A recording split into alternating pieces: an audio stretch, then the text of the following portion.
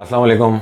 Market की closing 45,920 की closing हमने कल आती हुई देखी और इसी वीक के अंदर स्टार्टिंग में हमने मार्केट को थोड़ा सा करेक्ट होते हुए भी देखा।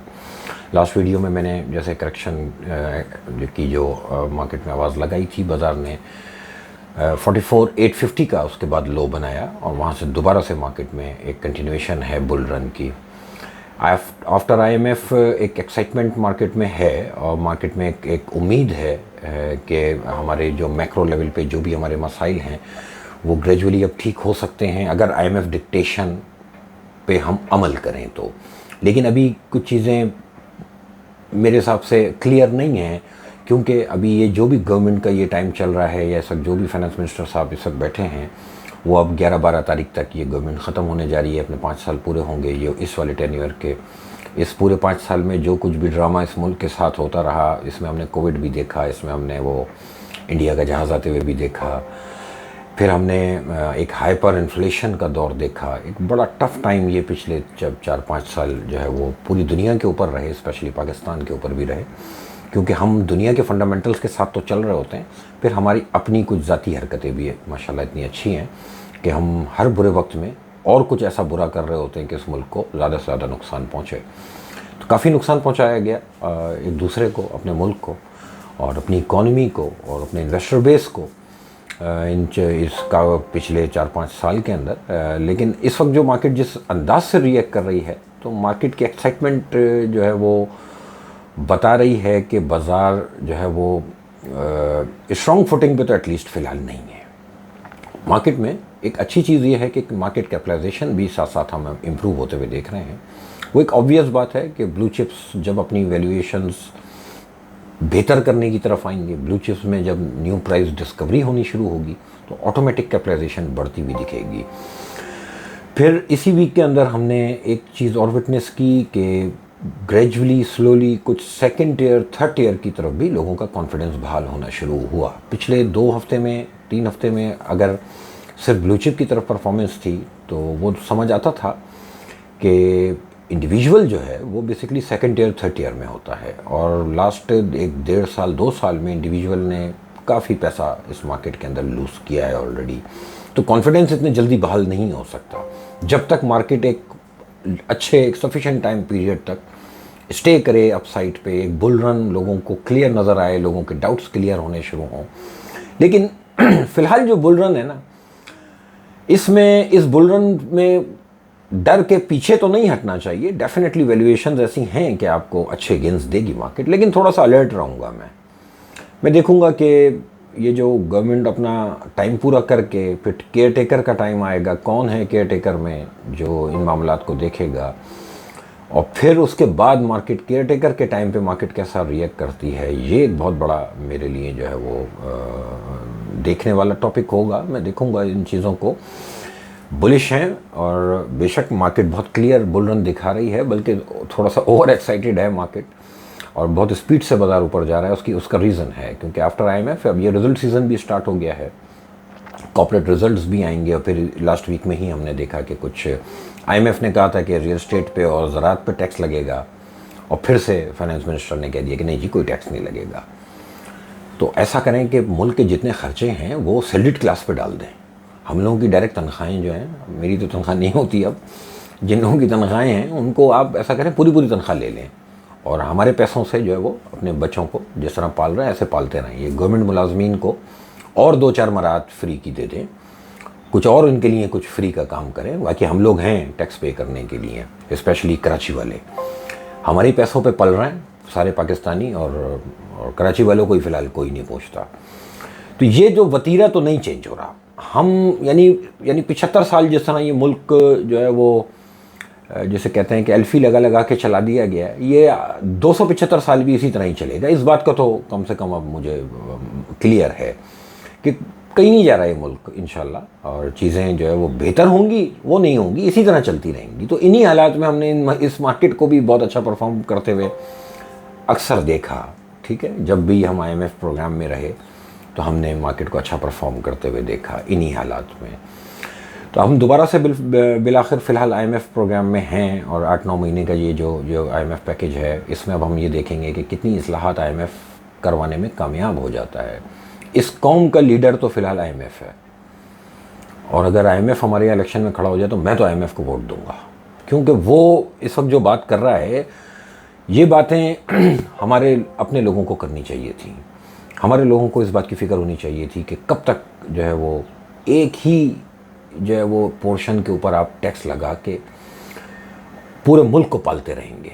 आप अभी भी शायद आपकी इंटेंशन ये नहीं है कि आप अपना टैक्स नेट बढ़ाएं, और अभी कल फिर अनाउंस कर दिया जैसे, तो लग यही रहा है कि अपने ऊपर से जो है ये टोपी हटा दी गई इस करंट गवर्नमेंट की तरफ से, और ये 11-12 तारीख को अब ये गवर्नमेंट चली जाएगी और फिर केयर टेकर आएगा। तो मैं इंतज़ार करूंगा इस बात का कि केयर टेकर आके क्या IMF की कही हुई बातों को कितना पूरा करता है। अभी मॉनेटरी पॉलिसी भी है। लास्ट टाइम मॉनेटरी पॉलिसी में अचानक 1% का हमने गेन देखा था। जो है इन्होंने इंटरेस्ट रेट बढ़ाया था, आगे भी बढ़ा सकते हैं क्योंकि इन्फ्लेशन स्टिल हमारी राइजिंग ट्रेंड पे है, लेकिन कुछ कूल डाउन होनी शुरू हुई है। ये इंटरनेशनल लेवल पे इन्फ्लेशन कूल डाउन होनी शुरू हुई है, लेकिन इंटरनेशनल लेवल पे कुछ चेंजेस इस वक्त पिछले 1 हफ्ते के अंदर 2 हफ्ते के अंदर आई हैं। उसको ज़रूर मैं हाईलाइट करूँगा कि ये जो यूक्रेन रशिया वॉर है, वो इस वॉर ने दोबारा से थोड़ी गर्मी दोबारा पैदा हुई है, और ये बेलारूस पे पोलैंड और बेलारूस का आपस में एक कॉन्फ्लिक्ट शुरू हुआ है जिस पे रशिया और US दोबारा से आमने सामने हैं। ये क्लस्टर बम वाला जो मामला आप लोगों ने टीवी पे सुना होगा कि यूक्रेन को प्रोवाइड किए हैं, वहाँ से ये मामला फिर से फ्लेम अप हुआ है। और अभी इसी वीक में जो करंट वीक गुजरा है, रशिया ने जो है वो ग्रेन्स की एक्सपोर्ट्स जो है वो रोक दी हैं पूरी दुनिया को, और जो यूक्रेन के पोर्ट से भी जो ग्रेन्स की एक्सपोर्ट्स हो रही थी उनको रोक दिया गया है। तो अभी थोड़ा सा अलार्मिंग सिचुएशन दोबारा दुनिया के अंदर क्रिएट हुई है, और उसकी रिफ्लेक्शन हम ऑयल प्राइस पे भी देख रहे हैं, हम गोल्ड प्राइस पे भी उसकी रिफ्लेक्शन देख रहे हैं। जो लास्ट टाइम मैंने पिवट्स दिए थे गोल्ड और ऑयल के, वो दोनों ने अपने पिवट्स क्रॉस करके सब बुलिश टेरिटरी के अंदर दोनों ट्रेड हो रहे हैं।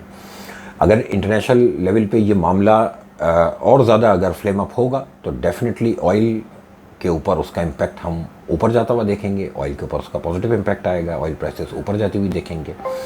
लास्ट वीक के अंदर इंटरनेशनल वीट प्राइसेस और जो अदर कमोडिटी प्राइसेस हैं वो उसमें भी हमने अपसाइड देखी। उसका रीज़न ये जो यूरोप वॉर है, ये देखें हर वक्त एक सर पे तलवार लटक रही है पूरी दुनिया की। ये कोई आम बात नहीं है कि यूरोप में एक वॉर चल रही है पिछले काफ़ी टाइम से, अब साल भर होने वाला होगा ये जंग जो है कंटिन्यू है, और मुख्तलिफ टाइमिंग्स में इस जंग के जो है वो अंदाज चेंज हो रहे हैं, इसमें कुछ नई चीज़ें ऐड हो रही हैं।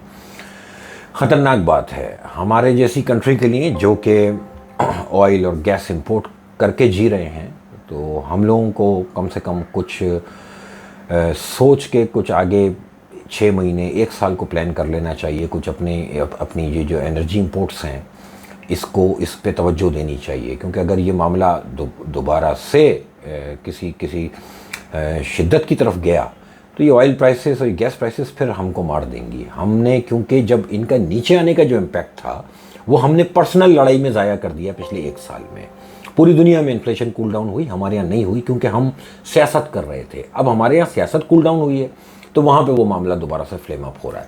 तो अलर्ट हो जाना चाहिए हुक्मरानों को कि कम से कम जो हमारी नीड्स हैं, चाहे वो फूड कमोडिटीज़ हों, चाहे वो एनर्जी कमोडिटीज़ हों, उनकी तरफ तवज्जो दें और 6 महीने 1 साल को प्लान करें, और कुछ देखें कि अगर ये दुनिया में ये कॉन्फ्लिक्ट अगर अभी आगे 6 महीने 1 साल और चलना है तो कुछ दूर की सोच के, कुछ लॉन्ग टर्म कुछ प्लान करके इन चीज़ों को जो है वो पहले से इन चीज़ों में जो है कोई होशियारी करके रखें। अदरवाइज़ ये फिर से हमारे यहाँ एक वैसे ही हम हाइपर इन्फ्लेशन में हैं। अगर ऑयल प्राइस ने दोबारा से $85-90 पे जाना है तो हमारा हाशर बुरा हो जाएगा इस कंट्री का दोबारा से। लेकिन फ़िलहाल ऑयल उस डायरेक्शन में है कि दोबारा अपसाइड पे है। ऑयल का पिवट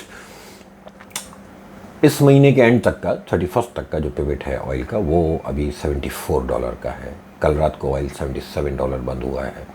इसी तरह गोल्ड ने अपना पिवट 1954 क्रॉस कर लिया, जबकि 1900 ब्रेक कर दिया था गोल्ड ने इसी महीने में।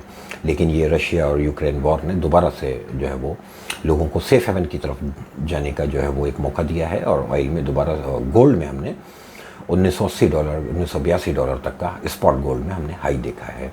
ये इंडिकेशंस हैं कि हमारे हुक्मरानों को अलर्ट होना चाहिए। आपकी स्टॉक मार्केट के अंदर फ़िलहाल अपसाइड है। आने वाले दिनों में मैं सपोर्ट सिर्फ बताता हूँ, अपसाइड ओपन है, क्योंकि मार्केट जिस अंदाज से चल रही है तो रेजिस्टेंस तो मार्केट लिफ्ट नहीं कराएगी इस वक्त। 45,200 नोट कर लें, 45,200 के ऊपर मार्केट अब इमीडिएटली जब तक है तब तक कंफर्टेबल रहें, बाय ऑन डिप में रहें। 45,200 को एक हफ्ते के लिए नेक्स्ट जो वीक स्टार्ट होगा इसमें 45,200 को पिवट कंसीडर करके अप साइड पे आप जो है वो आपको अच्छा मौका मिलेगा, बाय ऑन डिप की स्ट्रेटजी पे रखें। Second tier third tier script के अंदर भी मुझे लग रहा है काम करने का बहुत अच्छा मौका मिलेगा।